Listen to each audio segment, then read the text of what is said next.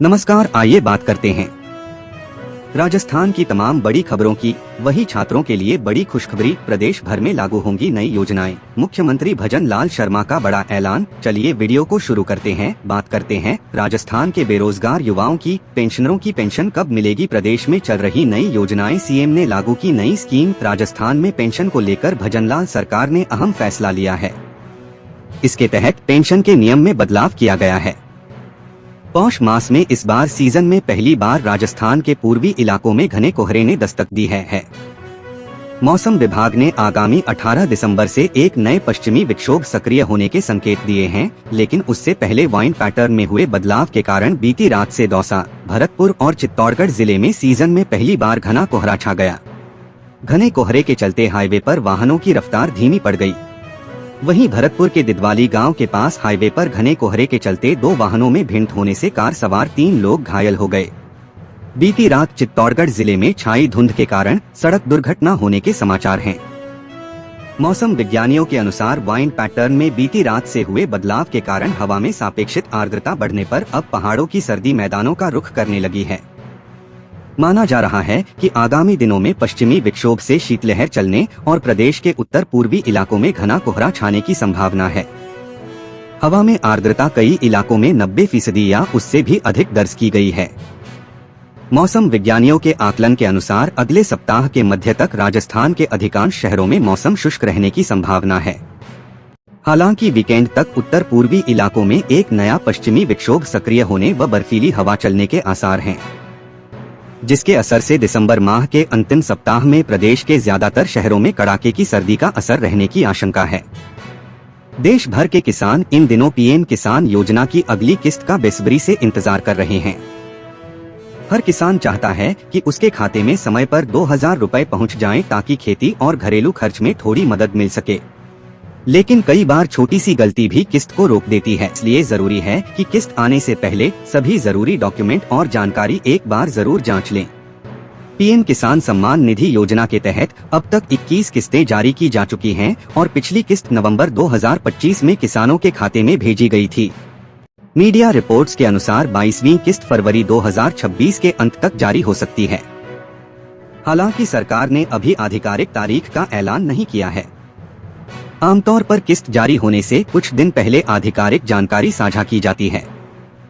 किसानों को थोड़ा इंतजार करना चाहिए और अपना स्टेटस समय समय पर चेक करते रहना चाहिए। सरकार ने साफ कर दिया है कि जिन किसानों की केवाईसी पूरी नहीं है उन्हें 22वीं किस्त का लाभ नहीं मिलेगा। अभी भी कई किसान हैं जिनका आधार उनके मोबाइल नंबर से लिंक नहीं है या जिन्होंने केवाईसी नहीं करवाया है। ऐसी स्थिति में किस्त अपने आप रुक जाती है। इसलिए समय रहते केवाईसी पूरा करना बहुत जरूरी है ताकि अगली किस्त बिना किसी परेशानी के मिल सके। कई किसानों की किस्त सिर्फ केवाईसी के कारण ही नहीं रुकती बल्कि आधार और बैंक डिटेल की गलती भी बड़ी वजह बनती है। बहुत से किसानों का नाम आधार और बैंक रिकॉर्ड में अलग लिखा होता है। कुछ किसानों के बैंक खाते बंद हो चुके होते हैं या उनका IFSC कोड बदल चुका होता है। कई बार बैंक में केवाईसी अपडेट न होने से पेमेंट फेल हो जाता है। इसके अलावा जमीन रिकॉर्ड अपडेट न होने या म्यूटेशन पूरा न होने पर भी किस्त रोक दी जाती है। इसलिए किसान अपने सभी डॉक्यूमेंट और जानकारी सही करवा लें। अगर किसी किसान की किस्त रुक गई है या स्टेटस में कोई समस्या दिख रही है तो वह तुरंत अपनी जानकारी अपडेट करवा सकता है। इसके लिए किसान CSC केंद्र पर जा सकते हैं या कृषि विभाग से मदद ले सकते हैं। जितनी जल्दी गलतियां ठीक होंगी उतनी जल्दी अगली किस्त जारी हो जाएगी। किसान पोर्टल पर अपना स्टेटस भी चेक कर सकते हैं ताकि उन्हें पता चल सके कि किस वजह से किस्त रोकी गई है। राजस्थान लोक सेवा आयोग साल 2026 में जनवरी से सितंबर के बीच कुल 12,294 पदों के लिए भर्ती परीक्षाएं आयोजित करेगा। इन परीक्षाओं में लगभग 25 लाख अभ्यर्थियों के शामिल होने की संभावना है।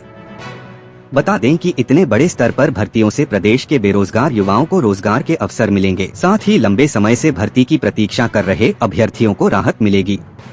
आयोग ने भर्ती प्रक्रिया को समयबद्ध रखने के लिए पहले से परीक्षा कैलेंडर जारी किया है। इसी क्रम में वर्ष 2025 के लिए जारी कैलेंडर की अंतिम परीक्षा फिलहाल चल रही है। RPSC ने बीते वर्ष दिसंबर में 162 परीक्षाओं का विस्तृत भर्ती कैलेंडर जारी किया था, जिसके अनुसार जनवरी से नवंबर तक 161 परीक्षाएं सफलतापूर्वक आयोजित की जा चुकी हैं। आयोग का दावा है कि अधिकांश परीक्षाएं तय समय पर कराई गई हैं। मुख्यमंत्री भजनलाल शर्मा ने कांग्रेस पर जमकर निशाना साधा। उन्होंने कहा कि कांग्रेस वो पार्टी है जो पार्लियामेंट से लेकर पंचायत तक रहती थी, लेकिन इनके कर्मों, भ्रष्टाचार और विलुप्तीकरण की नीति के कारण यह धरातल पर आ गई है।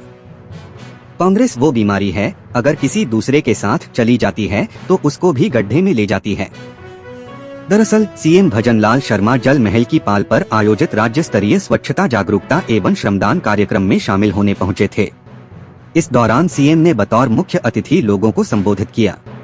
उन्होंने कहा कि जहां भी कांग्रेस छोटे छोटे दलों के साथ समझौता करती है, यह उस छोटे दल को भी लेकर डूब जाती है, क्योंकि यह अपने कर्मों पर ध्यान नहीं दे रहे हैं।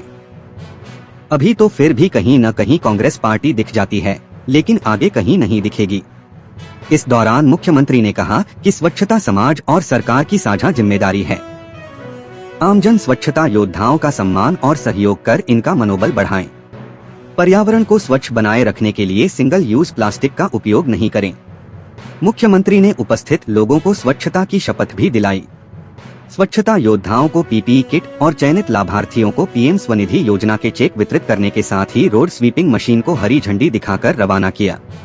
साथ ही implementation plan for single use plastic free cities पुस्तिका का विमोचन किया।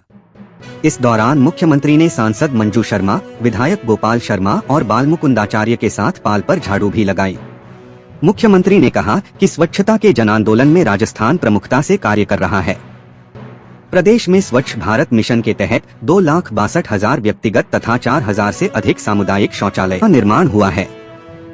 वहीं 42,492 से अधिक गांवों को ODF प्लस घोषित किया जा चुका है। सीएम ने कहा कि 2 वर्ष के कार्यकाल में 92,000 से अधिक युवाओं को सरकारी पदों पर नियुक्तियां दी गई हैं। पूर्ववर्ती सरकार के समय में कई पेपर लीक हुए, जबकि हमारी सरकार में एक भी पेपर लीक नहीं हुआ। सरकार ने भ्रष्टाचारियों के विरुद्ध भी सख्त कार्रवाई की है। उदयपुर सांसद डॉक्टर मन्नालाल रावत ने 20 नवंबर को मुख्यमंत्री भजनलाल शर्मा को पत्र लिखकर मांग की थी कि राजस्थान के आयुष्मान कार्ड धारकों को गुजरात में भी मुफ्त इलाज की सुविधा मिलनी चाहिए। सांसद ने पत्र में बताया था कि उनके लोकसभा क्षेत्र के कई लोगों से शिकायतें मिल रही थीं कि गुजरात में योजना के तहत राजस्थान के आयुष्मान कार्ड धारकों को मुफ्त इलाज नहीं मिल रहा है।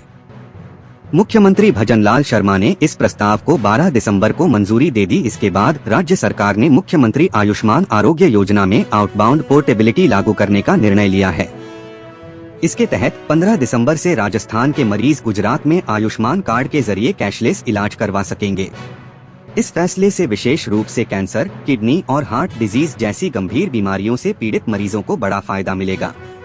अब तक गुजरात में इलाज के दौरान मरीजों को आर्थिक कठिनाइयों का सामना करना पड़ता था, लेकिन योजना लागू होने के बाद यह समस्या दूर हो जाएगी।